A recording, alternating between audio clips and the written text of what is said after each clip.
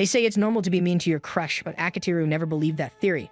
These thoughts fill Akitiru's mind as he enters the dorm, but before he can even reach his room, a loud noise echoes from inside. Standing outside, he shakes in irritation, taking a deep breath to keep himself composed. Inside is none other than Iroha singing her heart out.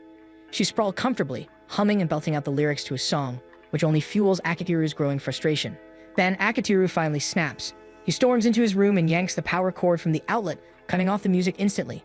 Iroha turns around, completely unfazed, and greets him cheerfully before lecturing him about how rude it is to barge into someone's room uninvited. Her smugness only irritates him further, as this is his room and she's the one trespassing.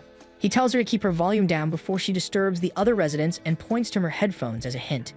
Instead of complying, Iroha teases him maliciously, implying that he wants to touch her. Akitiru shuts her down coldly, stating he has no interest in her antics.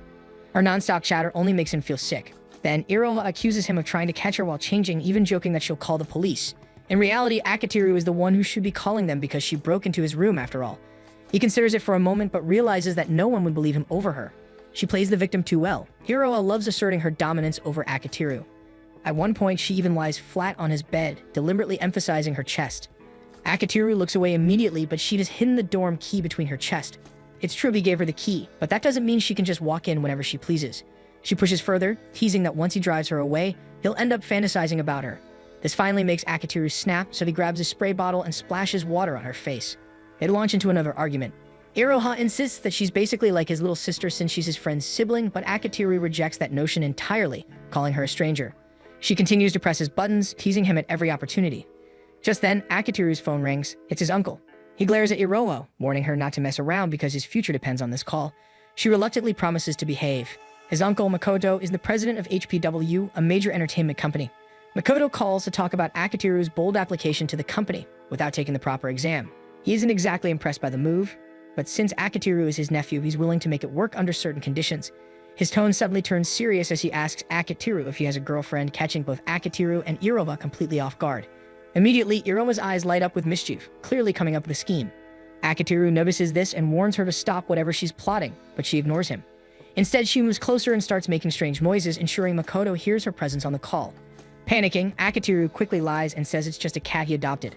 Unfortunately for him, when Makoto casually asks questions about the cat, Akitiru can't answer any of them, making the situation even more suspicious.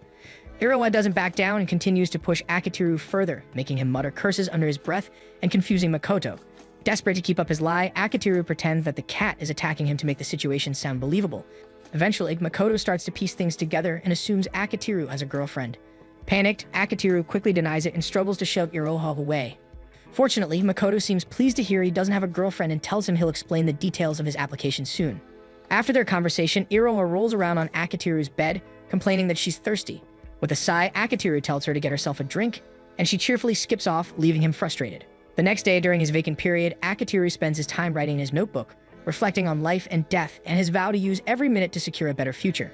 As the subject ends, Akitiru's best friend, Ozuma, slumps into his chair exhausted. Luckily, Akitiru took notes for him, and Ozuma gratefully thanks him. To return the favor, Ozuma invites Akitiru to have some enmitsu after class. Akitiru is always amazed by how great Ozuma is as a person, but Ozuma turns the compliment back at him. He points out that Akitiru has a genuinely good heart, and that's what makes him who he is. Even though Akitiru insists that everything he does is calculated, Ozuma admires how he always thinks of others too, including him and his sister Iroha. Ozuma casually assumes that Iroha barged into Akitiru's place again, and when Akitiru confirms it, Ozuma teases that maybe she has a crush on him. Akitiru disagrees, believing Iroha just likes to mess around. Ozuma argues that it could be her way of showing affection, but Akitiru stands firm in his belief, and if she truly liked him, there'd be no reason to torment him so much. Before their conversation can go further, a fiery teacher enters the room, warning the students not to waste her time. Everyone quickly rises from their slouched positions, and just like that, homeroom begins. After class ends, a classmate rushes up to Akitiru, telling him that a cute first-year girl is looking for him. Sure enough, Iroha is waiting by the door. When confronted, she tries to act sweet and composed, but Akitiru bluntly tells her to drop the act. Instead of backing down, Iroha pretends not to understand and continues to act wholesome in front of everyone, making Akitiru look like the bad guy. She invites him to walk home together, but when Akitiru turns to grab his things, she adds that she wants to be alone with him, excluding Ozuma. This startles Akitiru, and he reacts loudly. Iroha seizes the moment, acting cute and declaring they're a couple. The entire class gasps, including Akitiru, but she doesn't stop. She dramatically sheds fake tears, fully committing to her act and leaving Akitiru flustered. Ozuma suddenly arrives, curious about what's going on. Iroha immediately tells him that she and Akiteru are going out alone, which makes Akiteru panic even more. He quickly grabs her by the hand and drags her away for a serious talk. Face to face, Iroha keeps insisting that they're together, even though it's obviously not true. She reveals her motive came from the earlier phone call, as she figured he might need a girlfriend to impress his uncle. She smugly declares that she's out of his league, so it's basically his win. But Akiteru isn't amused at all. He sternly tells her not to interfere because his future is at stake. Before he can walk away, Iroha suddenly hugs him from behind. She teases him to notice her, saying the future doesn't matter and what matters is the present. With tears in her eyes, she admits she cares about him deeply and just wants them to stay close forever. For a moment, Akiteru is taken aback, thinking she's being sincere. His guard softens, but just as he's about to believe her, Iroha breaks into a mischievous laugh, revealing it was all an act. She teases him for falling for her act and even jokes about how much she wanted to confess like that. Akiteru is too flustered to respond, his face heating up as she notices his red ears and assumes he's embarrassed. He bursts out in anger, declaring that he'll never believe anything she says ever again. Enraged, Akiteru chases after Iroha down the stairs, but she escapes before he can catch her. Later, he meets his uncle Makoto at a cafe to discuss his application to HPW. Makoto mentions that someone else will be joining them but wants to talk to Akiteru privately first. He brings up the fact that Akiteru has already released a game. Akiteru clarifies that it was a team effort with 5 members in total, Ozuma as the programmer and Akiteru serving as both producer and director. Together with 3 other members, they formed the Fifth Floor Alliance. He admits that the game's success wouldn't have been possible without his team. Makoto notes that the industry has already started talking about their sudden rise, acknowledging their impressive accomplishment. He admits that even he couldn't have done something like that when he was in school, so Akiteru deserves the popularity. Before diving deeper into the topic, Makoto encourages Akiteru to order something first. Akiteru assumes the person joining them might be a manager or representative, so he brings his proposal, ready to make a good impression. As Makoto gives their order, he casually flirts with the waitress, even asking her out for dinner despite her clearly being at work. Akiteru is shocked by his uncle's boldness and calls him out, but Makoto confidently says he knows how to leave a lasting impression on girls, and seeing the waitress's expression confirms it. Flustered, Akiteru excuses himself to the bathroom to calm down. He closes his eyes to forget what he just saw, so he fails to notice the sign saying the lock is broken. He opens the door without thinking and accidentally walks in on Mashiro, who's still sitting on the toilet. Before he can react, Mashiro punches him in embarrassment. Meanwhile, at Akiteru's office, Iroha is bored since he's not around to mess with. A colleague asks her about their relationship, but she firmly says there's nothing going on. Back at the cafe, Akiteru discovers that Mashiro is actually the other person his uncle invited. She's his cousin, Makoto's daughter, and they used to play together as kids, though he didn't recognize her at all now that they're grown up. Makoto then reveals his plan. He wants Akiteru to act as Mashiro's fake boyfriend in exchange for pushing through his application to HPW, leaving Akiteru completely stunned. Mashiro finds the idea ridiculous, but Makoto is completely serious. He explains that he's worried about her transferring from an all-girls school to a co-ed one, so he wants someone to watch over her. Despite his reasoning, Mashiro firmly rejects his plan. Curious, Akiteru asks why she needs to transfer, but Mashiro refuses to let him know, prompting Makoto to hold back the full story. The only detail Makoto reveals is that Mashiro barely attended high school and she's been a truant. Surprisingly, Akiteru doesn't pry in further. For him, that single fact is enough to understand their concern, and he doesn't dwell on her past. Since the condition is tied to his team's employment at HPW, Akiteru decides to accept the arrangement. Mashiro, though clearly reluctant, eventually agrees as well, under the strict condition that their relationship will remain entirely fake. With the deal sealed, Akiteru extends his hand to Mashiro, but she refuses to shake it, still holding a grudge over their awkward bathroom encounter. Watching the exchange, Makoto smiles, convinced they'll get along, though both of them strongly disagree. But before leaving, Makoto reminds Akiteru that as Mashiro's fake boyfriend, any real romantic moves are strictly forbidden. Akiteru doesn't see this as a problem, considering Mashiro clearly dislikes him anyway. Reflecting on everything, he still can't understand why people say being mean to someone means they are romantically interested. He's surrounded by aggressive girls after all. Nonetheless, his fake boyfriend job starts tomorrow. The next day, Akiteru is greeted by Iroha, who immediately senses that something's off. She tries to pry, guessing that his mood has something to do with the meeting. He refuses to tell her, but she remains persistent and follows him. Neither of them notices Sumire leading Mashiro around. Once classes begin, Mashiro is asked to introduce herself to Akiteru's class. Out of nervousness, she blurts out that she's also dating Akiteru. The class erupts with whispers, wondering why someone like her would waste her looks on a nobody like him. Suzuki, one of the boys, asks how they met, and Mashiro accidentally says they met in the bathroom. Akiteru inwardly panics, realizing how bad that makes him look. When Mashiro takes the seat next to him, he tries to act friendly, but she immediately turns cold, reminding him that she hasn't forgiven him. Akiteru tries to reason with her, saying they both need to act friendly if their story is to be believable. Mashiro disagrees, insisting that as long as their stories line up, there's no need for them to be close. Ozuma taps Akiteru on the shoulder, asking why he never mentioned having a girlfriend. Akiteru apologizes for keeping secrets but hints that he and Mashiro aren't actually dating. During lunch, Akiteru explains his situation with Mashiro in detail. Ozuma teases him, saying his life sounds like a romantic comedy. Akiteru counters that Ozuma would make a better protagonist given his personality and the fact that he has a little sister, though Iroha's personality doesn't exactly fit the trope. Ozuma says it's because Iroha already loves Akiteru. Akiteru flatly denies the idea, but Ozuma just smiles and excuses himself to buy lunch. Suzuki approaches Akiteru, asking how he managed to get a girlfriend when everyone thought he was already dating Iroha. Feeling Mashiro's icy glare, Akiteru quickly clarifies that Iroha is Ozuma's little sister, then changes the topic to Suzuki's crush on their teacher, who's rumored to like macho guys. Hearing that, Suzuki gets fired up and storms out of the classroom. Akiteru, still feeling Mashiro's cold stare, sighs and asks if she has a problem. Mashiro demands that Akiteru bring her rice balls filled with seafood, declaring that since they're dating, it's his duty to serve her. She even threatens that if he refuses, she'll call off their fake relationship. Reluctantly, Akiteru does as he's told and returns with 2 rice balls and a drink for her. He sits back down and quietly eats a piece of bread he bought for himself. He briefly wonders if she might be jealous after overhearing his conversation about Iroha, but dismisses the thought since Mashiro clearly hates him. Classes resume as Sumire steps to the front of the room, asking the students if they've all completed their homework. One boy raises his hand and admits that he forgot, prompting Sumire's anger. She launches into a lecture about responsibility, warning them that without discipline, they're nothing more than scum. The student tries to explain himself, but Sumire cuts him off, though she eventually lets it slide on the condition that he promises to do better. Akiteru glances at Mashiro and notices how intently she's watching Sumire. He notes that Sumire might not be the ideal homeroom teacher for a transfer student. When class ends, Sumire pauses at the door to call out Akiteru. She instructs him to meet her in the counseling room to discuss an assignment. Akiteru calmly agrees, but as soon as Sumire leaves, several boys approach him in concern, wondering how he can stay so composed when everyone knows how terrifying she is. He simply replies that she's not going to kill him, then heads for the counseling room. When he arrives, he's signaled to enter, only to be greeted by the sight of a torture chamber. He takes a seat at the center, and almost instantly, Sumire's demeanor changes. She bows to the ground, nervously asking for his forgiveness. Akiteru's attitude shifts as well. He suddenly seems far more confident than before. Sumire stammers through excuses about being overwhelmed with lesson plans and teaching duties. Akiteru pulls out his phone and shows her the notifications he received about her online activity, revealing that she's been doing other things instead of working. Sumire's teaching identity is Shibuku Murasaki. In class, she's feared as the strict, venomous queen, but to Akiteru and the rest of the Fifth Avenue Alliance, she's simply Sumire, their illustrator who always struggles to meet her deadlines. Akiteru points out Sumire's harsh words in class earlier, which visibly hurt her pride. She explains that her strict teacher persona isn't who she really is, since it's all just part of the act she plays in front of her students. Sighing, Akiteru decides to change the subject and asks about her progress so far. Sumire grows nervous and shows him her tablet, revealing a completely blank page.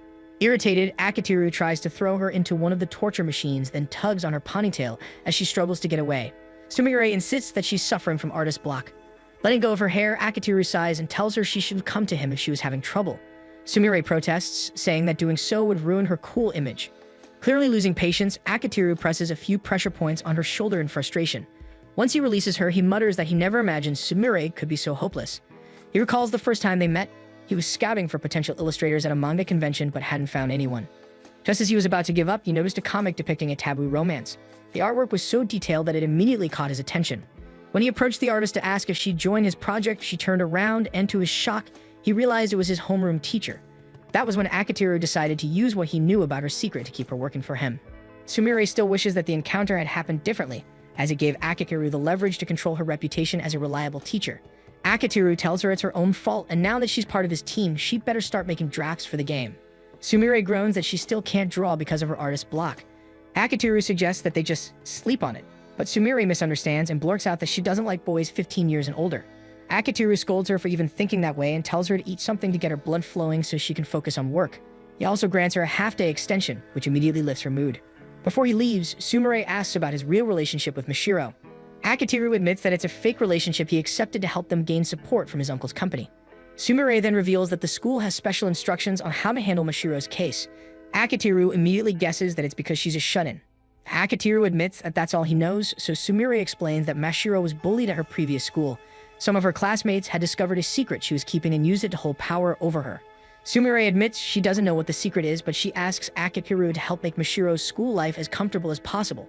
She says she wants Mashiro to genuinely enjoy her time here, and she's confident Akiteru can make that happen. Akitiru brushes off the praise, but Sumire insists he should take the compliment, reminding him that both she and Ozuma are also grateful for the impact he's had on their lives. Flatly, Akitiru tells her that flattery won't earn her another deadline extension. Afterward, Akitiru returns to the classroom and asks Mashiro if she'd like to walk home together. Mashiro, however, coldly tells him to stay away from her. Whispers spread quickly, with some teasing that Mashiro must be at tsundere, and that the two of them act like a married couple. Hearing the comments, Mashiro grows flustered and bolts from the room. Akitiru watches her leave, wondering why she acts so cold toward him. Ozuma, noticing his expression, remarks that he doesn't think Mashiro is a bad person at all. Akitiru agrees but says she should at least let him get close enough to protect her. He asks Ozuma for advice, but Ozuma admits that Akitiru has a tough case, given that Mashiro already views him negatively. Alone in the shoe locker area, Akitiru suddenly feels a pair of arms wrapped tightly around him from behind. A familiar, irritating voice follows, and he immediately recognizes it as Iroha. He asks her to get off, but she insists that she's simply showing him kindness by keeping him company. Pressing herself closer, Iroha teases that if he really wants her to let go, the softness he's feeling will disappear. It's only then that Akitiru realizes her chest is pressing against his back. To make matters worse, Akitiru quickly realizes that something feels off, and Iroha confirms his suspicion. She admits that she isn't wearing underwear. She explains that she recently grew a little, making her undergarments too tight. Even her school uniform had become so snug that some of the buttons popped off, meaning that if she pulled away from him now, she'd end up exposed. Akitiru has a hard time believing her, but the slim chance she might be telling the truth keeps him from pushing her off. If she's lying, he'll just look like a fool. But if she's not, forcing her away could spell disaster, not only for his friendship with Ozuma, but also for their group's deal with his uncle's company. After all, if anyone sees them like this, people will assume he's cheating on Mashiro with Iroha. Deciding to minimize the damage, Akitiru quickly hooks his arms around Iroha's legs, shifting her into a piggyback position. Iroha panics as Akitiru taunts her, trying to get her to admit she was lying, but she stubbornly refuses. Akitiru bolts out of the school, taking a side route to avoid being seen. Iroha grows flustered from the sudden dash and blurts out that she surrenders, prompting Akitiru to finally stop. He doesn't let her down immediately, making her apologize for lying just to tease him. When he finally drops her, he scolds her for her behavior, only to realize she was partially telling the truth about not having underwear on. They end up walking home together, and Akitiru asks if she has any advice on befriending a difficult girl. Iroha pales, assuming he finally has a crush, but Akitiru quickly corrects her and explains the situation with Mashiro. He clarifies that his efforts are mainly for his own benefit, but Iroha insists that deep down he genuinely wants to be friends with Mashiro. With a grin, she tells him to leave it to her, and that she'll teach him how to win over Mashiro. The next day, Akitiru shows up at school wearing a dog collar and offers to carry Mashiro's bag. During lunch, he serves her a warm meal. After class, he even offers to give her a piggyback ride. All his antics only irritate Mashiro. She grabs his leash and drags him to the stairwell to demand an explanation. Thinking it's some sort of prank, she's annoyed when Akitiru admits that he also feels ridiculous, since it's the kind of scheme Iroha would talk him into. He admits he knew it probably wouldn't work, which only frustrates Mashiro more. She wonders aloud if he dislikes her that much. Before Akitiru can respond, Iroha appears and teases them for being lovey-dovey. Mashiro asks who she is, so Iroha cheerfully declares that she's the mastermind behind everything.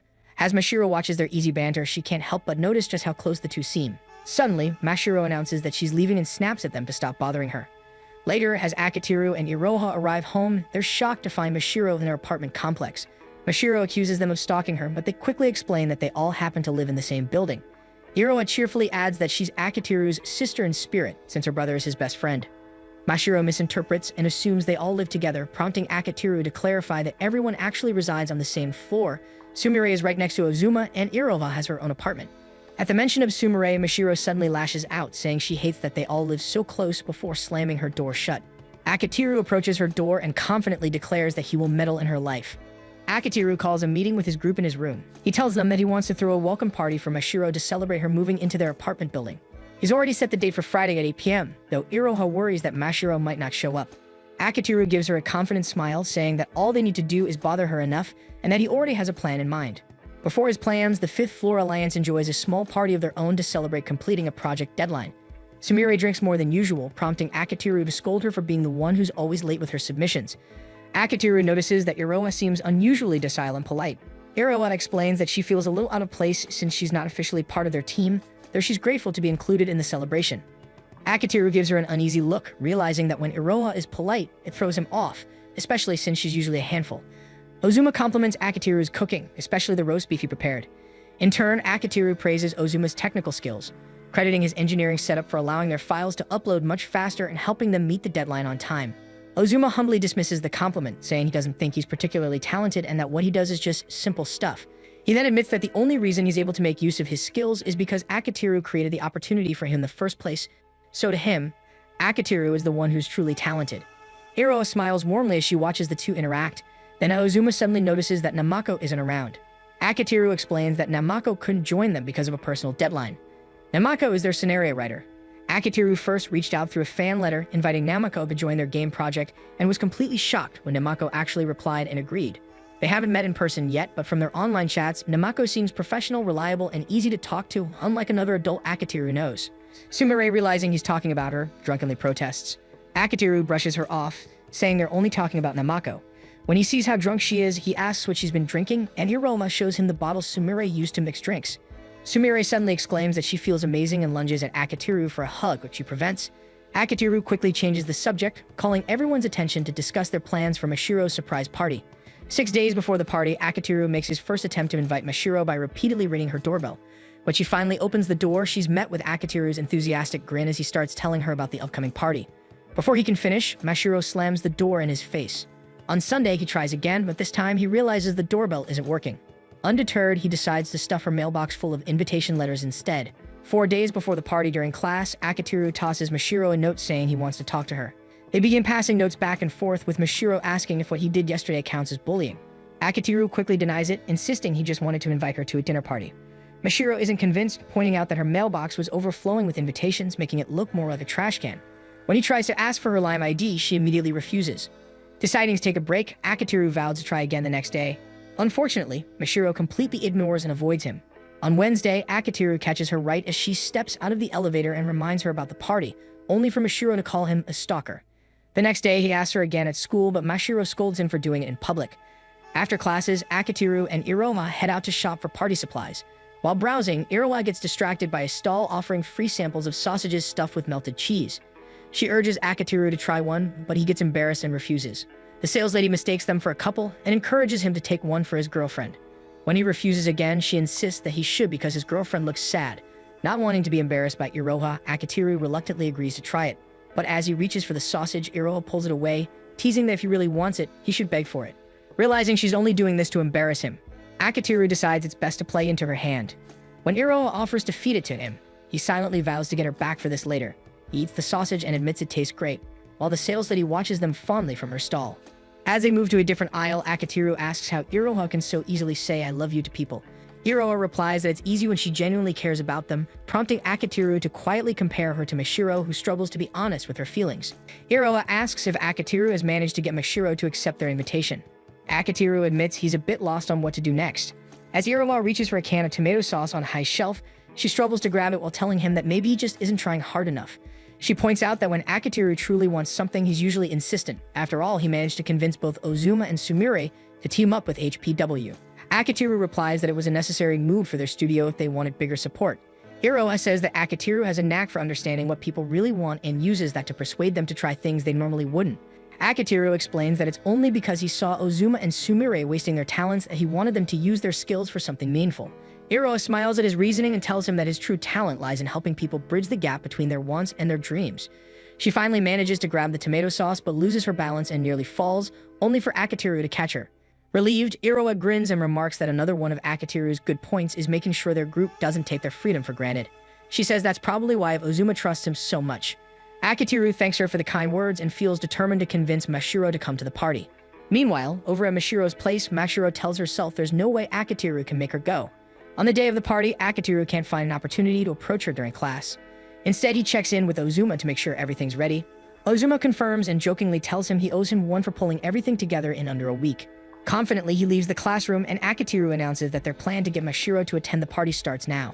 He catches up with her at the shoe lockers, where Mashiro immediately tells him to stop trying to invite her.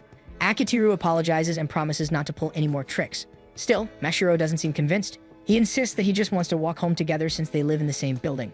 But when he looks at her, Mashiro is already sprinting away from him. Akitiru wonders how much she truly hates him. Even so, the plan depends on them walking home together, so he quickens his pace to keep up. Mashiro notices and starts running faster, demanding to know what he's planning to do as Akitiru chases after her. Akitiru feigns ignorance, claiming that he's only running home because he wants to. Mashiro, aware that he's lying, abruptly changes directions. Eventually, Mashiro stops by a riverbank, completely out of breath. She shouts at him to stop worrying about her, insisting that she doesn't fit in with established groups. She tells him to go and enjoy his own life without dragging her into it. Akitiru frowns and asks where she plans to go if she refuses to make any friends. He demands to know what the point of transferring schools is if she never intends to connect with anyone. He apologizes for the bathroom incident and says it's fine if she still hates him, but she should at least try to make some connections. Mashiro turns to argue but slips. Akitiru lunges forward to catch her, only for both of them to tumble into the river. Soaking wet, Akitiru tries not to look at her since her clothes are clinging to her body. Flustered, she tries to stand but trips again. Akitiru catches her, pulling her against him to steady her. Once they make it back to the shore, Akitiru teases that they now have a matching drowned rat look, making them look like a believable couple. Mashiro actually laughs for the first time, admitting it's the worst couple look imaginable. Sensing her lighter mood, Akitiru continues joking, saying maybe this is a god's way of blessing their fake relationship. Mashiro dryly replies that such a god deserves to die, and Akitiru tells her that if she keeps praying, maybe she'll start feeling better about herself. She admits that no amount of praying will suddenly make people who hate her start liking her. Curious, Akitiru asks why she's so stubborn even though he's trying to get along with her. Mashiro blurts out that it's because of the deal he made with her father, but quickly takes it back, saying she knows it isn't his fault. She adds that she genuinely hopes he doesn't hate her. Akitiru reassures her that no one actually hates her. Mashiro hesitates and confides that she's scared of not fitting in and of being ignored. Seeing she's about to talk herself down again, Akitiru gently tells her there's nothing wrong with feeling that way. He admits that he isn't exactly someone who stands out either. He often gets overlooked because he doesn't have any remarkable skills. Akitiru claims that he's just an ordinary person with an ordinary set of skills. His comment makes Mashiro protest, insisting that he isn't ordinary at all since he's the leader of the 5th Floor Alliance. Akitiru looks at her in surprise, wondering how she knows about his group. Mashiro quickly covers it up by saying her father often talks about the game he developed since it earned a lot of money. Akitiru corrects her, saying that all the earnings just go back into the game's development costs. Mashiro then remarks that he could easily be the most popular student in their class, but Akitiru reveals that no one actually knows he or the others are behind the hit game. She's surprised and asks if he's afraid of being made fun of. Akitiru says he just wants to stay humble about their success and not let the attention give him an inflated ego. Listening to him, Mashiro smiles and fondly calls him weird. Eventually, they return to their apartment building. Mashiro still refuses to attend the party, though she admits she's thankful for the invitation. As she walks toward her door, Akitiru asks if she can start treating him normally next week. She agrees but pauses when she notices her door is unlocked. They begin to think that someone might have broken in. Akitiru steps in front of her, offering to go inside first to make sure it's safe. Slowly, they enter the apartment together. Just as they're about to reach the main room, Akitiru mutters something strange under his breath, then pushes Mashiro gently forward as he swings the door open. Mashiro is greeted by a loud pop of confetti and cheers from the other residents of the 5th floor. Completely bewildered, Mashiro demands to know why everyone is inside her apartment. Akitiru sheepishly explains that this is actually his place. They'd put up a divider to make it look like his unit was the last one in the hall, so she'd think it was hers. Mashiro frowns and asks why they went so far when she doesn't even consider them her friends. Iroha chimes in that none of the tenants are really friends except Akitiru and Ozuma, though she adds she'd rather they were a couple. Sumire immediately jumps on the idea, imagining an entire romantic scenario between them, earning her a hit from Akitiru. Iroha continues, explaining that since they all live on the same floor, they naturally started doing things together. Mashiro guesses she means the game, surprising Iroha that she knows about it. Iroha clarifies that she isn't actually part of the team. Akitiru adds that it's fine if Mashiro doesn't think of them as her friends, she could just think of them as her fake boyfriend's friends for now. He mentions that there's one more member, Namako, who isn't present but is still an invaluable part of their group. Mashiro smiles at being included and finally decides to join the party. After the party, Iroha bursts into Akitiru's room and tries to hug him, but he immediately dodges. Getting serious, she praises him for successfully inviting Mashiro and tells him he's a really kind person. Iroha then thanks Akitiru for letting her be part of their group, without revealing that she's actually the voice actor for the 5th Floor Alliance's game. Iroha talks about her role as the secret voice actor for the 5th Floor Alliance. Even the other members don't know that she's been doing the voice acting, but she's still grateful to be included in their get-togethers as an outside participant. She's also happy that it was Akitiru who discovered and approached her in the first place. Akitiru decides to talk to Iroha about the past. In his story, Akitiru approached Ozuma and asked if he could show him his experiments. Ozuma agreed on the condition that Akitiru came over sometimes to check on them. Akitiru accepted, and that was how their friendship began. Not long after, Akitiru's parents left to work elsewhere, and he started living in the same building as Ozuma. One afternoon, Akitiru caught Ozuma studying the floor tiles. When he asked what Ozuma was doing, Ozuma claimed he was just playing with numbers in his head, using the tiles as his reference. Akitiru offered to let him stay at his place, but Ozuma declined, saying his sister would be arriving soon. Just as he said that, Iroha appeared, looking confused to see Ozuma outside their door. Ozuma explained that he had forgotten his keys and was waiting for her. Iroha then noticed Akitiru, prompting Ozuma to introduce him as his friend, neighbor, and classmate. Iroha let a surprised expression slip since she didn't expect Ozuma to have a friend. Akitiru introduced himself politely, and Iroha did the same. That was the first time Akitiru met Iroha. He remembered her as reserved and polite, nothing like the outspoken girl she was now. The next day, Akitiru brought up Iroha since Ozuma had never mentioned her, and she was rarely seen around the building. Just then, Otoi walked into the classroom, catching everyone's attention because she was believed to be suspended. Otoi walked up to Akitiru and Ozuma and told them she needed to speak to them. They agreed, and once they were in a more private spot, Otoi apologized and offered them candy. Akitiru pointed out that it was against school rules, which amused Otoi. She said they shouldn't be so uptight, especially towards someone who had been skipping school. Her words confused them, since they had assumed she was suspended. She felt a little disappointed by the rumors, since she had never done anything that would get her suspended. Ozuma suddenly asked if he could take one of the candies. As he plucked one from her hand, Akitiru reluctantly took one as well. Otoi asked if Iroha was Ozuma's sister and said she wanted to know what kind of girl she was. Ozuma struggled to answer, which surprised Akitiru since Ozuma was usually very direct. Otoi got impatient, saying it should have been an easy question. Akitiru reasoned that it was difficult for Ozuma because he didn't know the intent behind it. Seeing his point, Otoi revealed that Asagi had noticed Iroha seemed to be taking an interest in delinquents like them, so she wanted to know if Iroha fit that type. However, based on their reactions, Otoi guessed she was wrong and that Iroha was just a typical honor student. She admitted she had hoped they'd know Iroha's true personality. Akitiru asked if they planned to welcome her into their group, and Otoi admitted that if Iroha were to approach them, they would welcome her. She then left, and Akitiru asked Ozuma if he was okay, since the question should have been easy to answer. Ozuma admitted that he and Iroha didn't really talk much, so there wasn't much between them besides blood relation. Ozuma shared that the previous day had actually been the first time they had spoken in 2 months. Akitiru was shocked since it was the first time he had heard of siblings who lived together but barely talked. He asked if their parents ever brought it up, but Ozuma said they didn't since both of them were rarely home. Akitiru couldn't help but feel concerned about Ozuma's family situation. Wanting to help somehow, he asked Ozuma if he could hang out at his place after school to play some games. After school, Ozuma welcomed him in, and the first thing Akitiru noticed was that the living room had no television. Ozuma explained that there wasn't one because he spent most of his time in his room. They headed to his room, and Akitiru was greeted by a complete mess, with items scattered all over the floor. He told Ozuma to try cleaning up, but Ozuma said he liked it that way because he knew where everything was. He also claimed that living in clutter helped him come up with better ideas. He handed Ozuma his game console so he could hook it up. While Ozuma worked on it, Akitiru noticed that Ozuma had built his own PC.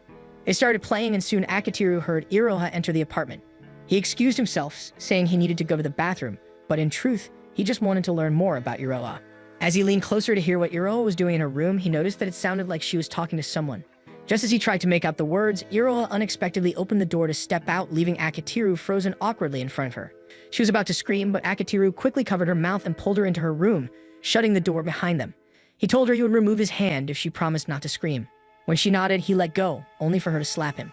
Iroha then realized the person she had hit was Akitiru, and he hurriedly tried to explain himself. However, Iroha had already decided he was a creep who snuck into people's homes to eavesdrop. She even wondered aloud if he had fallen in love with her at first sight and was stalking her. Akitiru quickly denied it, but before he could defend himself, Iroha's phone started ringing in his hand. She snatched it away to tell Asagi she would call her back later. Akitiru asked if she was trying to join a group of delinquents through Asagi, but Iroha snapped at him not to make baseless accusations. Akitiru insisted she shouldn't lie because he already knew about it. Iroha got irritated and told him it was none of his business, but Akitiru argued that he was just doing what was right because he was friends with Ozuma. Iroha fired back that being friends with her brother didn't make them close, since they were as good as strangers. Akitiru realized this was a difficult situation. He knew Ozuma already struggled at school and felt out of place because of his odd personality. It seemed like Iroha's actions might only cause more misunderstandings that could end up hurting Ozuma in the end. He tried again and asked if Iroha would like to share her problems with him. This only annoyed Iroha further, and she sarcastically said that her brother's friend kept pestering her and that she was troubled because she wanted him out of her room. Over the next few days, Akitiru decided to do some digging. Akitiru left school early, telling his teacher he had a fever. The heat was unbearable, so he stopped by a vending machine to grab some water. After rehydrating, he continued searching the area until he heard a girl singing along with a guitar. He immediately suspected that she was Asagi. As he approached, Asagi noticed his school uniform and asked if he was playing hooky. Akitiru grumbled that he didn't need to be lectured by a middle schooler who was obviously skipping school herself. Asagi was taken aback that he knew her and accused him of being a stalker. Akitiru quickly clarified that he was only looking for her because he was friends with Ozuma. Recognizing the name, Asagi realized he must have been the same person Iroha complained about. Akitiru hurriedly tried to introduce himself properly so she would stop calling him a creep, but Asagi just decided to call him her upperclassman. Before he could continue explaining, the intense heat overwhelmed him. His vision faded, and he collapsed right in front of her. Akitiru remembers that day vividly. It was one of the hottest of the year. He tells Iroma that Asagi called Otoi for help, and thanks to them, he turned out fine. Hiroha listens and accuses Akitiru of using Otoi's lap as a pillow while he was passed out. Akitiru admits it but insists it was Otoi who put his head there, and that they ended up talking about a lot of things afterward. He adds that all the trouble was worth it because their entire group has become close friends, even if they still don't know that Iroha is the voice actor behind their game. Returning to the story, Akitiru sat down with both Asagi and Iroha. He asked Asagi to stop being a delinquent, reasoning that it might do her some good to try living a normal student life for once. Iroha argued that Akitiru was asking too much from her because he was implying tearing her away from her current group. Akitiru calmly explained that he wasn't trying to tear her away at all. He just wanted her to consider her choices. Even so, Iroha continued to insult him, saying he didn't understand how people felt. Trying to put things into perspective, Akitiru said he was certain Asagi wanted more than just hanging out with friends, pointing out that she had a real passion for music. Then he asked what Iroha wanted to do. Iroha said it didn't really matter. Akitiru insisted that it did matter. Whether she wanted friends or wanted to pursue music, it was up to her to decide. When Akitiru tried to press the question, Asagi stepped in and told him he was being too harsh. Asagi said that Iroha wasn't trying to become a musician at all and that Akitiru shouldn't push her. Iroha looked shocked, not realizing Asagi could see right through her. Asagi explained that, as someone in the music scene, it was obvious Iroha wasn't aiming to perform and that she was simply a fan of music. Iroha admitted that Asagi's observation was true but confessed she deeply admired Asagi. Akitiru misinterpreted this and wondered if they were secretly dating. Iroha immediately denied it, saying she only admired how brave and confident Asagi was for doing what she loved. Akitiru still didn't understand why Iroha needed to hang around Asagi and Otoi to be like that. Seeing Iroha struggle, Asagi revealed the truth, that Iroha wasn't allowed to have freedom or hobbies at home. Akitiru was confused. While he knew their apartment didn't have a TV, Iroha still had access to the internet and other leisure. Asagi explained that even so, Iroha wasn't allowed to have fun, and she had been obedient all this time. Akitiru asked if her current actions counted as betraying her mother's trust. Iroha quietly confirmed it but admitted she didn't know what she really wanted. Akitiru took a moment to think. Iroha clearly lacked the freedom to pursue her passions or even explore them, unlike Asagi and Ozuma, who could do whatever they wanted. With a new sense of determination, Akitiru decided that he would help everyone find a place where they could freely chase their dreams while staying in school so that no one would ever label the girls as a bad crowd again. Asagi complained that Akitiru was meddling and insisted they didn't need his help. But Akitiru stood firm, saying he would help them whether they liked it or not because it would ultimately benefit both him and Ozuma. Asagi asked what he was planning, but Akitiru admitted that he had no idea yet. Still, he reassured them that he would find a way. After paying for his share of the meal, Akitiru left already deep in thought about how to make everyone happy. He wondered what he could do with people who had talent in programming and music. Suddenly, inspiration struck. He visited Ozuma and said they should make a game together. Ozuma was surprised but listened as Akitiru explained his idea in detail. Akitiru believed that with Ozuma handling the programming, everything would go smoothly. What he didn't realize was how much research Ozuma had to do to make the code work. Meanwhile, Akitiru focused on developing the characters, story, and initial artwork. For the time being, they used public domain music just to test how the project would come together. During one of their sessions, Ozuma admitted that he enjoyed creating things with Akitiru. He explained that while he had always tinkered and experimented alone, it felt fulfilling to finally build something alongside someone else. He also found it exciting that their project would soon be available for the world to play. Akitiru agreed and said he already knew the perfect people to test the game on, explaining that he would have Ozuma's sister, Iroha, and Asagi play it. They invited Asagi and Iroha over to test play their game. At first, Asagi was more concerned about the state of the room. However, Asagi seemed to really enjoy it, and even Iroha's expression showed genuine interest. When they sat down to discuss the game, Asagi said it was very mid. She complained that the music sounded cheap, and that the gameplay was the only thing that made it enjoyable. Akitiru mentioned that gameplay is the true charm of any game. He explained that simple games like rock, paper, scissors are great because they are complete, the rules are simple, and the goal to win is clear. He added that this is also the formula for a good video game. He continued that they could create something fun even with a small budget. He then talked about his dream to make such games and how he was lucky to have Ozuma, who had a talent for programming. However, he said their problem was the music since they used free ones. He wanted something original and high quality for the game. Asagi grew suspicious and Akitiru asked if they were interested in helping with the game's development. Iroha was shocked to be included, but Akitiru reassured her that since there was a lot to be done, her involvement wouldn't be a problem. Asagi admitted she was intrigued, but didn't want to betray Otoi's kindness. However, Akitiru had already contacted Otoi and received her permission. A glimmer appeared in Asagi's eyes as she encouraged Iroha to join them, saying that it would mean she wouldn't have to become a delinquent. She added that they could leave behind their boring lives if they joined Akitiru. To everyone's disappointment, Iroha declined the offer. She apologized to Asagi for dragging her into her problems and promised not to ask her to include her in the delinquent group again. She said she would still support Asagi's performances and then excuse herself so the others could continue their meeting. Akitiru decided to go after her and eventually found her at a nearby park. As he approached, he heard her talking to herself, her voice shifting as if she were speaking to more than one person with different personalities. She was debating with herself about how the game development idea sounded good, but she didn't know how to fit in. Unlike Asagi, who had a clear talent for music and could easily fit herself into anything she wanted to do, Iroha felt lost. During the meeting, she noticed how genuinely intrigued Asagi looked while playing the game. Her other voice asked what her own talents were, and Iroha admitted that she had none. She deeply envied Asagi and wished she could be like her. Another voice teased her, calling her a wannabe. As Akitiru got closer, he began hearing more of the conversation and was amazed at the variety of voices and personalities she portrayed. He ended up right in front of her, blurting out his amazement. Iroha noticed him and immediately hid behind the bench, embarrassed that he had caught her. Akitiru told her not to worry since he wasn't freaked out, but Iroha accused him of lying. He admitted that he was surprised at first, but was more impressed with her acting. She complained that he shouldn't have lied because now she would continue to feel embarrassed about it. He promised that he wouldn't tell anyone about her habit, but Iroha still glared at him suspiciously. She asked if he planned to blackmail her, and Akitiru promised that he wouldn't. Eventually, she agreed to talk with him, and Akitiru asked about her one-woman act. He told her how he initially thought he was hearing 3 different people, only to realize it was just her once he got close enough. He reassured her that it was incredible how she could shift between voices and personalities so naturally. She thanked him for the compliment and grew shy when he said he had become a fan of hers.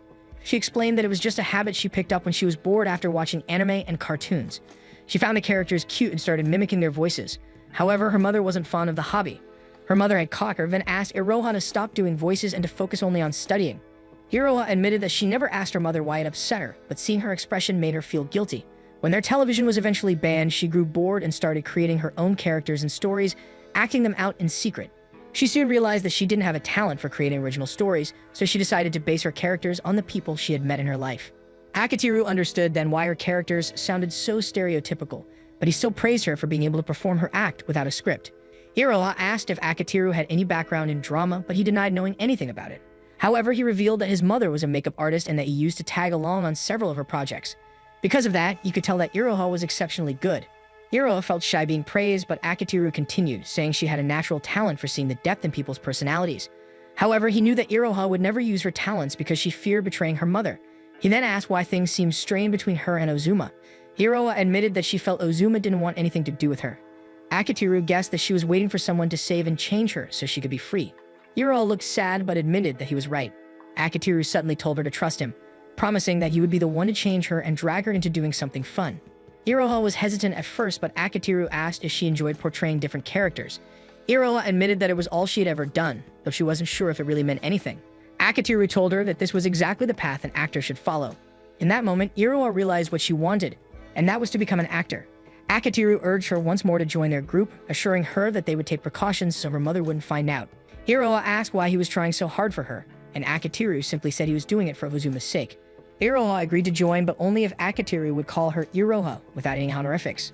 A week later, he invited her to his apartment. Iroha immediately accused him of only wanting her body, saying it was suspicious for him to call her over just a week after agreeing to work for him. Akitiru argued that things like that don't happen anymore to make Iroha feel more comfortable. He told her that he wouldn't lock the door and that she was free to keep her phone with her in case she wanted to report him. Iroha decided to enter, but when he offered her a drink, she refused, saying she didn't want to risk him slipping something into it. She noticed several textbooks about acting. Akitiru explained that he bought them because he didn't want her to spend her own money. He also said it was safer to keep them at his place so her mother wouldn't find out. He insisted that parents always manage to find things, especially mothers.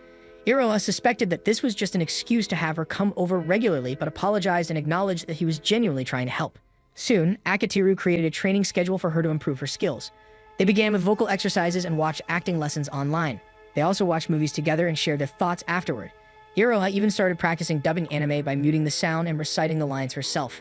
One day, Otoy invited Akitiru and Iroha to her place, announcing that her studio was finally ready. She led them to her family's old storehouse, which she had transformed into a voice studio for her delinquent friends so they could do something productive. Akitiru was amazed at how far she had gone, but Otoy told him that he was partly responsible for inspiring her. Akitiru felt honored and wanted to add an honorific to her name since they could now record for free thanks to her. Iroha asked if she could step inside the recording booth, to which Otoy agreed. Otoy turned to Akitiru and asked how he planned to find the rest of the voice actors.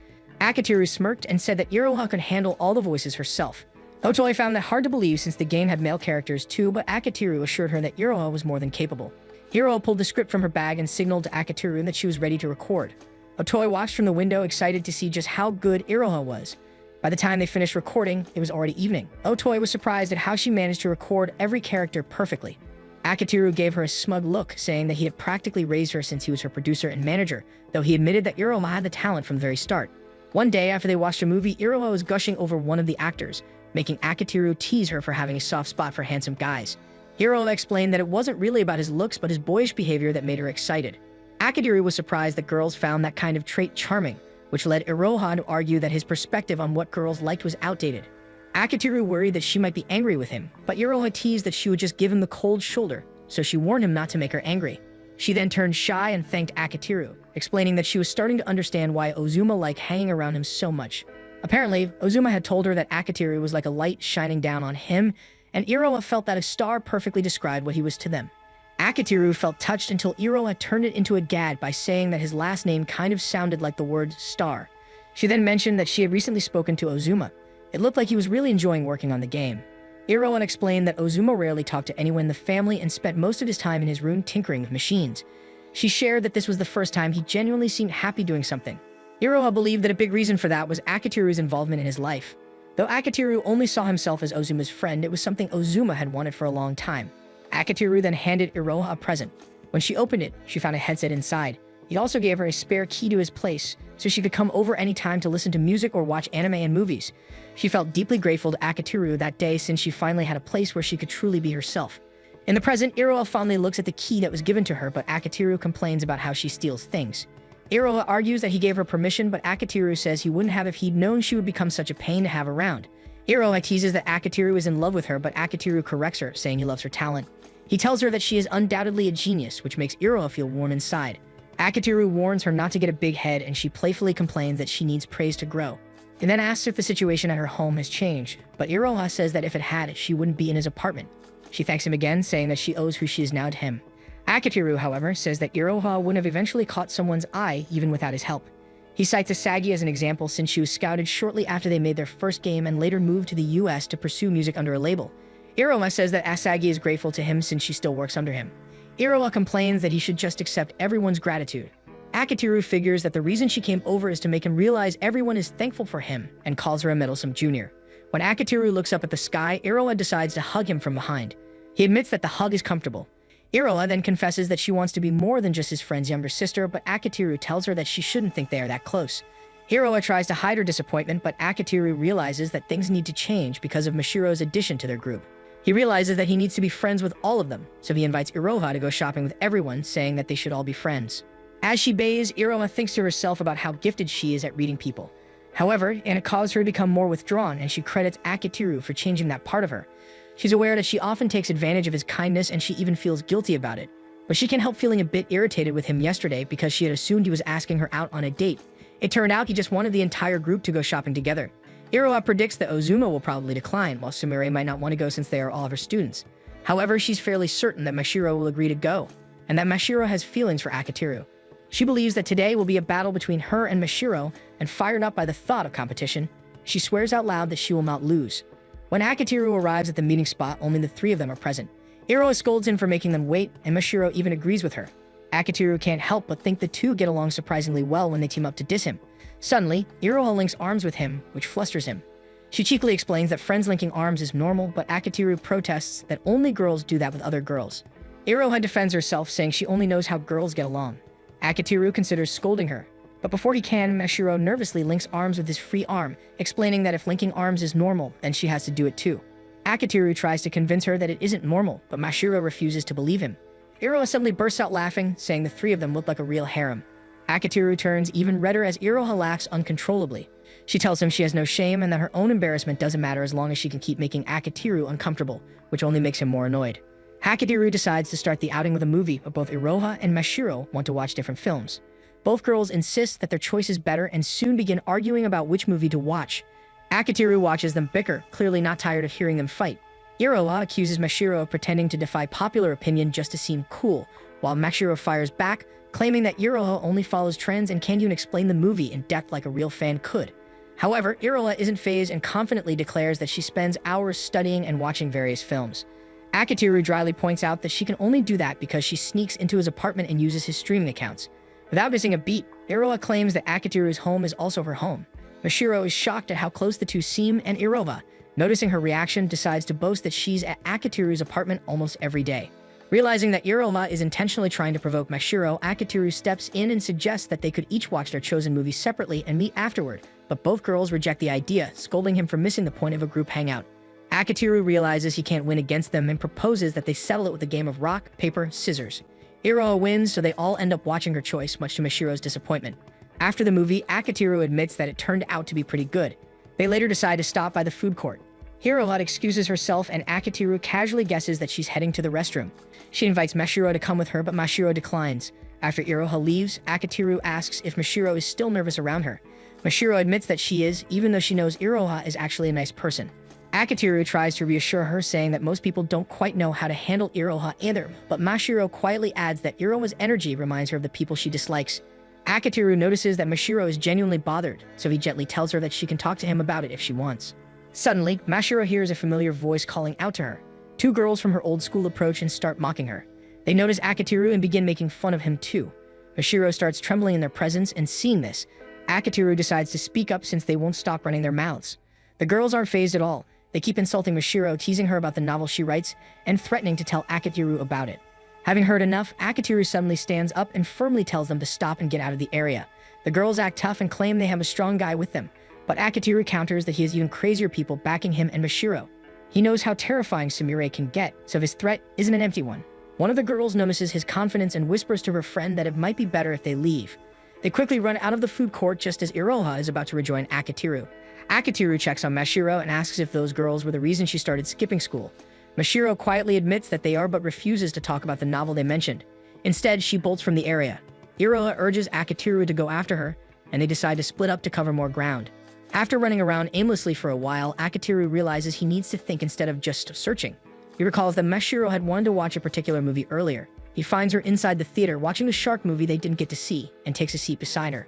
Mashiro keeps her eyes on the screen as she tells him that the girl who just died was a cheerleader who bullied an otaku boy, and the character deserved it. She then turns to him and asks why he followed her, calling him a liar and a stalker. Realizing she was being harsh, she apologizes for insulting him.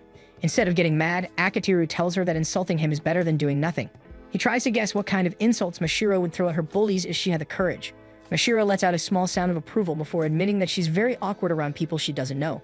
She explains that she spent most of her time alone, and to escape reality, she started writing a novel. The two girls were the first to find out about it, and they soon told the entire class, leaving her humiliated and exposed. Mashiro begins to cry, and Akitiru gently tells her that novels written as an escape from reality are often the best kind. He mentions that one of his favorite writers is someone named Namako, and is pleasantly surprised when Mashiro recognizes the name. He goes on to talk about how great a writer Namako is, though he doesn't reveal that Namako is actually the writer for their group. Akitiru then recalls how one of Namako's novels begins with a foreword about hating reality and using writing as a form of escape. He says he deeply sympathizes with Namako's work and worldview. Mashiro comments that Namako uses a pen name which she finds a bit shady, guessing that Namako doesn't want to be found out because he's embarrassed. Akitiru agrees that it's possible, but says that people shouldn't be denied their hobbies, even if they're embarrassed. He reassures her that while some people might not see value in her writing, there will always be others who will appreciate her work. Mashiro agrees, but admits that she still feels uneasy because Iroha reminds her of her old bullies. She confesses that she feels she and Iroha won't get along. Akitiru gently pats her head and tells her that even though Iroha might resemble those girls, she's nothing like them. He adds that if Iroha ever makes her upset, she can always come to him, and he'll lecture Iroha. He then offers Mashiro his hand, and she takes it. Akitiru sends a message to Iroha, letting her know that he's found Mashiro. As they go to meet Iroha, Akitiru and Mashiro find her talking with Mashiro's bullies. Mashiro is terrified that her fears have come true, but Akitiru tells her to watch and listen. To their surprise, Iroha suddenly insults the bullies for mocking Mashiro, calling them trash, not even worth her time. She loudly calls Mashiro adorable and lucky to have such a perfect boyfriend. Then, making sure the entire area can hear, she berates the bullies for meddling in Mashiro's life, calling them lowlifes who bully others because they have nothing better to do. Angered, the girls try to fight back, but Iroha raises her hands and dares them. Her tone and demeanor shift instantly. Mashiro is confused by the sudden change, and Akitiru explains that this is Iroha's talent. Iroha continues berating them, her voice more frightening. The bullies cower and ask why she's defending Mashiro when she claimed they weren't even friends. Iroha clarifies that while they aren't friends yet, her relationship with Mashiro has nothing to do with this. She simply can't stand rotten personalities like theirs. As she prepares to punch one of them, Akitiru steps in and stops her. Iroha glares at him, and even though he knows she's bluffing, it still sends a chill down his spine. Akitiru calmly repeats his earlier warning and adds that they should never show their faces to Mashiro again. The bullies bow several times before running off. When he turns back, Iroha thanks him for his perfect timing, admitting that she doesn't actually know how to fight and was worried she'd have to pretend to throw a punch and be found out. He helps her up and points out that she seemed genuinely angry at the bullies. Iroha confirms it but says her old self wouldn't have done anything about it. Akitiru then asks Mashiro what she thinks of the real Iroha. Iroha is shocked to realize Mashiro was there and apologizes for interfering. However, Mashiro also apologizes, admitting she had misunderstood Iroha. She confesses she was wrong and asks if they can be friends. Iroha happily grabs her hands, overjoyed to finally be accepted as Mashiro's friend. Later that evening, Makoto treats Akitiru to dinner to thank him for improving Mashiro's mood and helping her open up about school. He mentions that Mashiro even made a friend and asks if it's the same Iroha from the 5th Floor Alliance. Akitiru clarifies that Iroha isn't actually a member. Makoto then asks if she's the voice actor from his last game. Akitiru is surprised he knows, since Iroha's voice work is supposed to be confidential. Makoto explains that Mashiro had praised Iroha's acting skills, so he guessed her identity. He also says that he can tell all the voices in the game belong to one person. He promises to keep her identity secret, knowing that her anonymity adds appeal. Makoto asks if Iroha is Akitiru's girlfriend.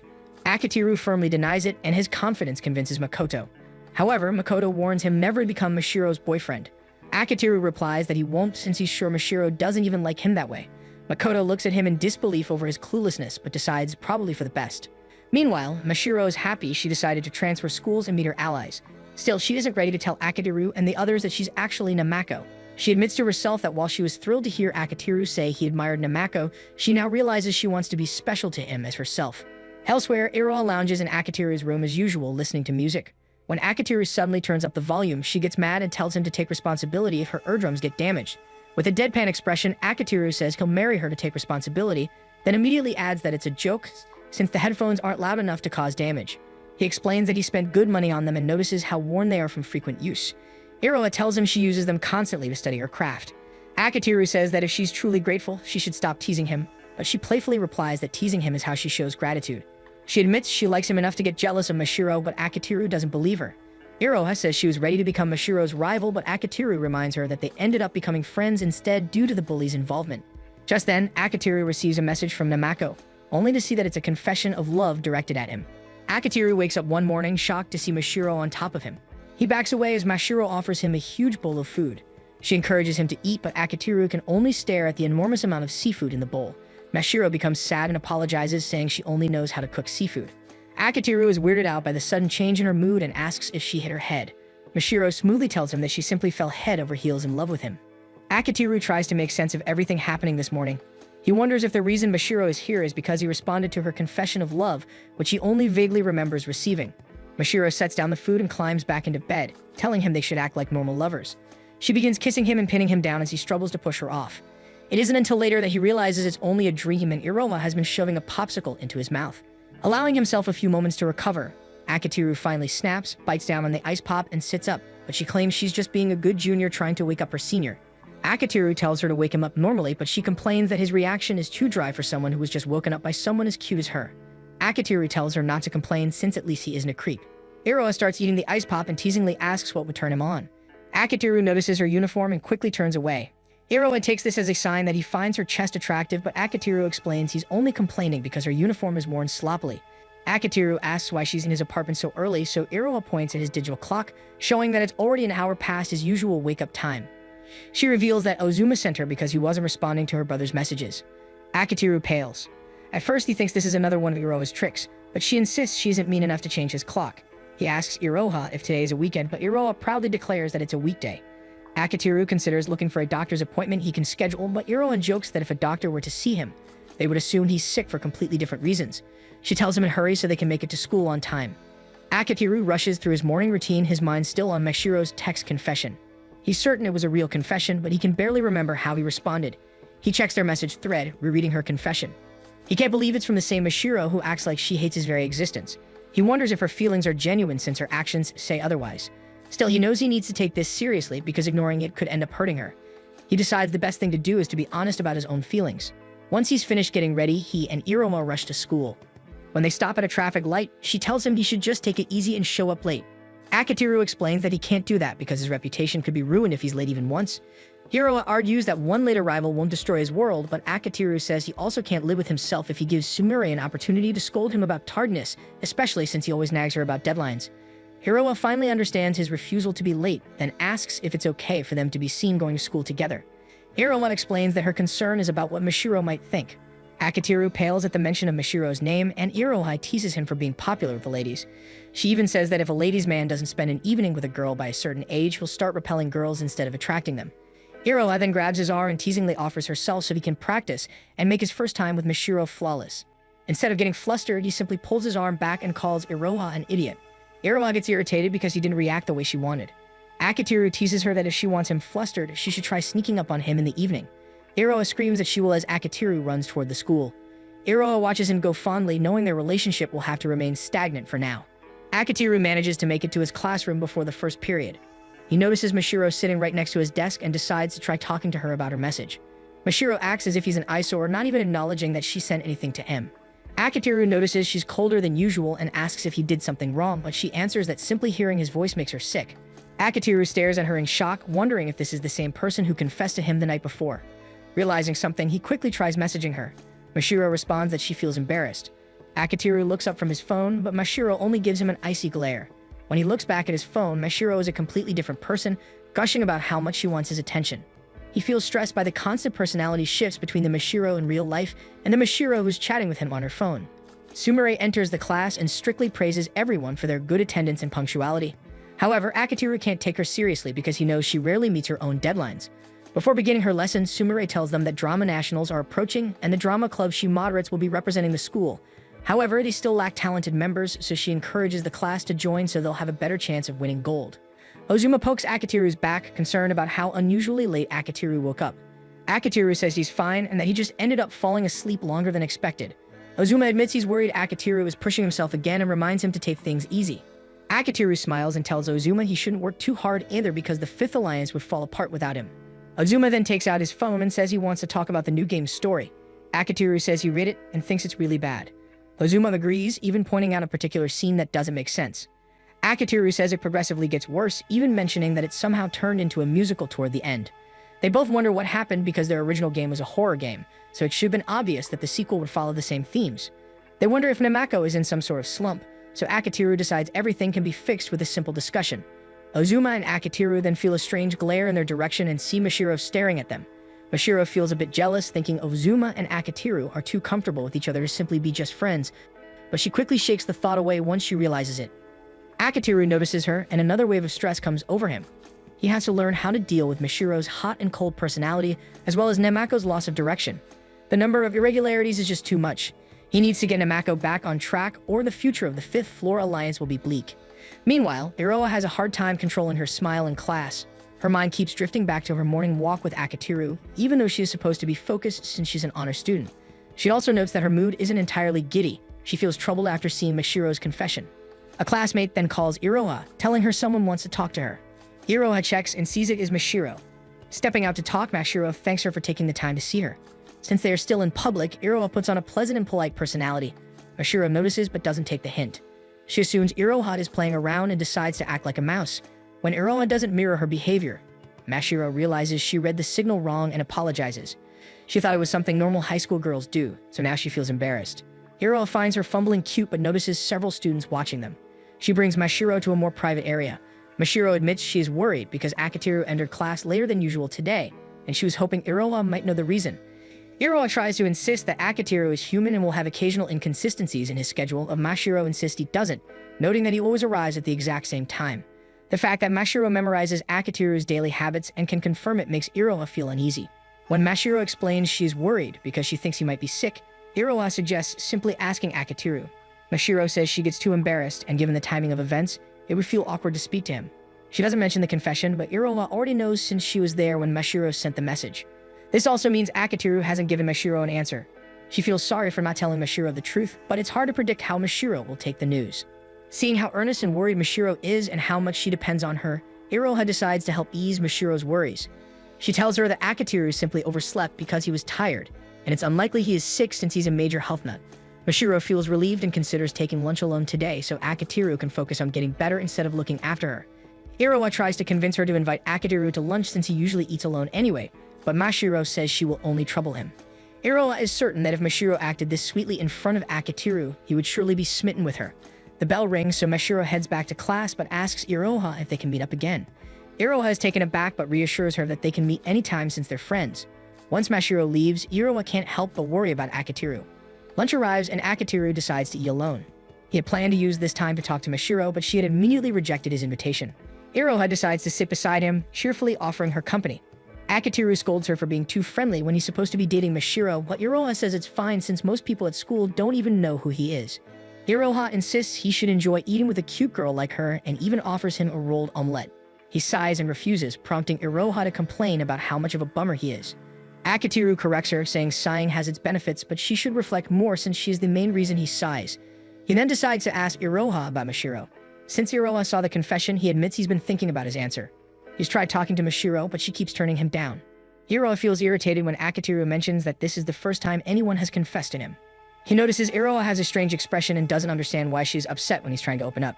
Iroha feels insulted because she has proclaimed her love for him numerous times, but he never counted any of them as confessions. She gets angry but stays vague about what she's upset over. Other students notice her mood when she walks off. To top it off, she messages Akitiru, calling him a jerk as soon as she leaves. Akitiru is surprised since Iroha normally doesn't explode at him like that. He feels everyone around him is acting strange and prays no more problems show up. However, he is called to Sumire's office again and he pales, wondering what could have happened this time. To his surprise, Sumire proudly shows him her new illustration, finished an entire week before her deadline. Akitiru is caught off guard and almost snaps at her due to all the irregularities of the day, but he quickly switches to praising and rewarding her. He prepares to leave, but Sumire asks for a favor. The moment he hears it will take time, Akitiru says he cannot help her today because he thinks he is sick and must be coming down with something. He decides to leave early but ends up leaning against the wall, suddenly feeling overwhelmed by the day's events. Akitiru is sick in bed, mulling over how he has to waste a whole day just to recover. He then hears movement in the living room and figures that Iroha has let herself in. He gets up to check on her and sees her wearing an apron and cooking. Iroha explains that she got worried when she heard Akitiru went home early, so she decided to come over to check on him. Akitiru feels suspicious because Iroha usually reserves this polite personality for school and lets loose at his home. Sensing his unease, Iroha tells him she isn't playing any tricks. She tells him to return to his room and rest while she prepares his food. He does as told, and moments later, Iroha enters his room with the meal. She sets it on his table and insists on feeding him because she feels it is her duty to take care of him. She figures he's sicker and more tired than either of them assumed. She reminds him that he always brags about how his health is his capital, so he should let her take care of him on occasions like this so he can recover faster. He reluctantly agrees, so Iroha starts spooning him some porridge, blowing on a spoonful to make sure it's not too hot. Akitiru watches her and wonders how such a cliché event is happening to him as he leans forward so she can feed him properly. He takes a tentative bite and is surprised that it actually tastes good. He ends up finishing the whole bowl. He thanks Iroha for the food and she cleans his mouth with a towel. Embarrassed, he apologizes, but Iroha reassures him that she wants to do all this.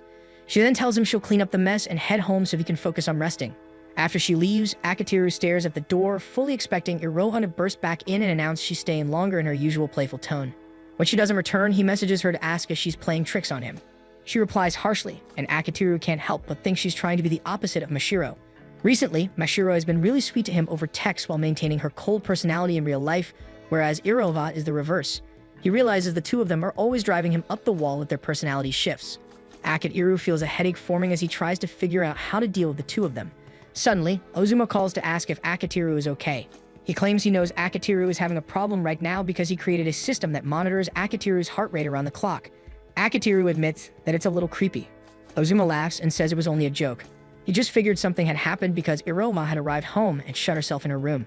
Akitiru considers telling Ozuma what has been happening, but he realizes it would be too complicated since Ozuma isn't aware of Mashiro's confession. Ozuma notices Akitiru's silence and assumes these are issues Akitiru isn't free to talk about, so he tells him he doesn't need to explain anything. They then switch topics to Namako's new written scenarios. Akitiru proposes announcing in their group chat that he rejects the draft. He figures Namako will probably think he's the only one who dislikes the idea, so it's up to Ozuma to back him up in rejecting it so Namako will know the idea is really bad. They settle on that plan, and Ozuma reminds Akitiru to take better care of himself before hanging up. Akitiru notices that he feels a lot better and deems himself well enough to start working. The next day, Akitiru feels much better, and he figures they can finish Iroha's voice recordings after school. He messages Iroha about it, and she replies that she wants Akitiru to beg her to do it. They argue over text, and Iroha seems stubborn about wanting him to beg. She eventually gives in and agrees to do the recording. He then notices Mashiro furiously typing on her phone. He wonders if it's the novel she's working on. As much as he wants to improve his relationship with Mashiro, he needs to focus on working with the Fifth Floor Alliance because he lost a lot of progress while he was sick. He wants to be able to give her a proper answer soon, but Mashiro isn't even giving him an opportunity to talk. He realizes that if this keeps up, he may have to respond via text. When he leaves the classroom for a break, Sumire stops him to check if his fever is gone. When Akiteru tells her he's all better, she instructs him to follow her because she needs to show him something.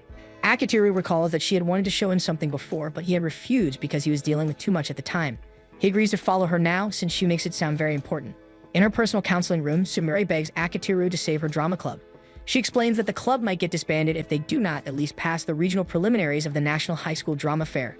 The principal doesn't see much value in keeping the club, so this is their last chance to prove themselves. Akiteru fails to see the problem since the drama club's disbandment would mean Sumire has less work on her plate and could use that energy to create art for their company. Sumire tries to explain that one of the main reasons she wants the club to continue is that Midori, her little sister, is the current president. Akiteru tries to recall if he has ever met her, but nothing comes to mind. Sumire then gushes about how great and responsible Midori is. She seems to hint that Midori is actually the one doing her advisor work for her. Akiteru pieces it together, and Sumire admits that with their sibling setup, she can focus on the group's artwork. However, if the drama club gets disbanded, she will be reassigned to the girls' tennis team, and this time she will really have to work because the tennis team is actually good. If that happens, she will no longer have time to slack off and draw like she does with the drama club. Akiteru wonders how Sumire is even an option to coach the tennis team.